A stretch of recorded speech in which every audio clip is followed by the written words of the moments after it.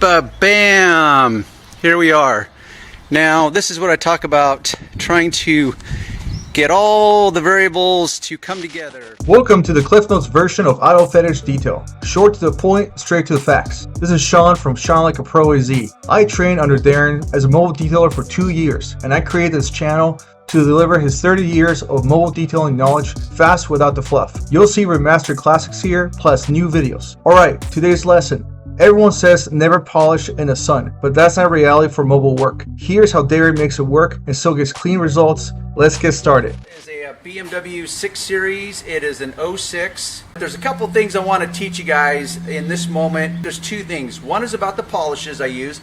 The second is working in the direct sunlight. I'm going to do some polishing to correct a certain amount of swirl marks, wash, scratch, spider webbing. For example, I've got my trusty heat gun. Okay, 134, 140. Okay, so we're going up to 142. That's pretty warm. Now, if this was black, it would probably be approaching more like 160, 165. That's pretty hot.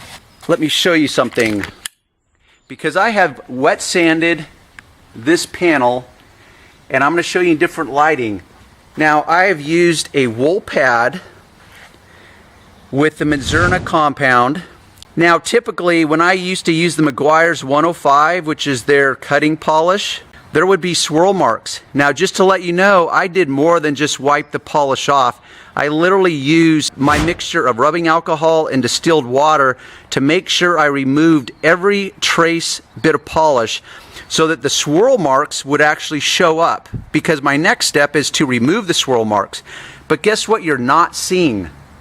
You're right, swirl marks. Why is there no swirl marks? Well, this is where I'm just that in love with the Menzerna polish, because I can literally use a wool pad and a cutting wool pad, which is right here on my rotary buffer. And I just picked up yet another pint of the FG400. Now, is there other polishes out there that can perform like that? I'm sure there are. Now, because of the color of this car, and because of the polished Menzerna itself, which I think is just an excellent product, swirl marks, it's not going to be a great issue on this car. This car has some very hard clear coat. This is my pad washer. To me, if you're going to do some serious polishing, and by serious I mean lots of it, I always pre-season my pads. That's one of the many reasons the pad washer is so ideal.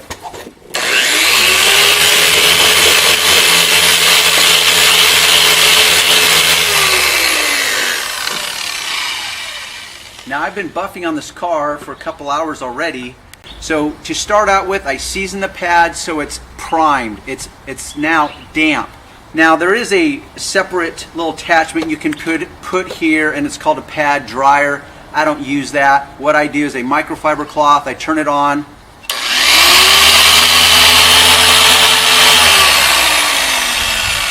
I allow it to spin, and that mops up any excess moisture. Also, as I'm polishing, it will also mop up any additional polish that's remaining on the pad that was not washed away with the pad washer. So that's what I do when it comes to using the foam pad. Now that it's been pre-seasoned, it's clean, I don't use much polish. Okay, I know there's all kinds of camps out there that will talk about the X pattern or the swirl pattern, whatever. This door actually is not an average size panel because it's a coupe.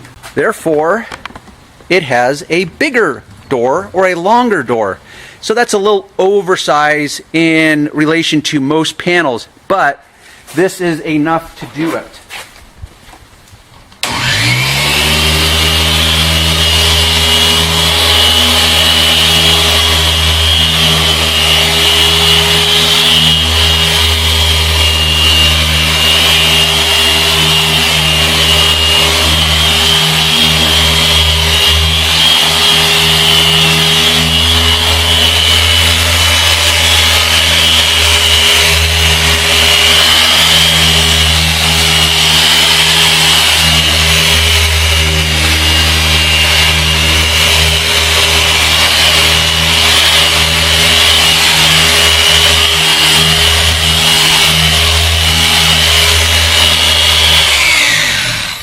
Now, you will have noticed that I went up and down, back and forth, and I even did it diagonal. You know why?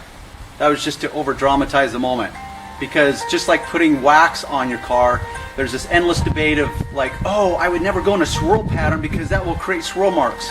I only go back and forth. The point is you just want to make sure that you are overlapping and you're getting every area of the panel. So whether you want to go back and forth, up and down, diagonal, do whatever floats your shorts. You'll figure it out. As a rule, I just tend to go back and forth and up and down. I keep it basic, and I know that way I'm sure to cover every spot and I overlap the spots. So if I do this panel, I'm going to make sure I'm going to overlap. Now this has a natural break or character line here that separates from this point up to here, so that part's easy. But from here, moving backwards, I'm going to overlap this section to make sure I have complete polish action in the middle. Okay, folks, I'm back for the big reveal. Wait for it, ba-bam! Here we are. Now, this is what I talk about, trying to get all the variables to come together. So I have a cloud that is floating over. So yes, it looks spectacular, but I was hoping for the clouds, or actually the sun, to be just glaring down on this and revealing its true glory in the direct sunlight. So this will have to suffice in the moment. Like I say, I can't control Mother Nature, but I can certainly bring you in for the after effect. So here we are, quite a few hours later, quite a bit of sweat later, but the rewards are substantial. See those clouds, that reflection? Is that cool or what? Well, I think it's cool. Okay, so hopefully you guys have learned, or gals, I know there's a few of you out there, have learned a little something on the way. Hey party people, one way you can really help us out is by hitting the like button. Let me tell you why. When you like the video, the YouTube algorithm shows it to more folks, which means we can help more people who are looking for the same tips. Even if just one little tip helps you, your like might help someone else find the video. And that's how we all grow together.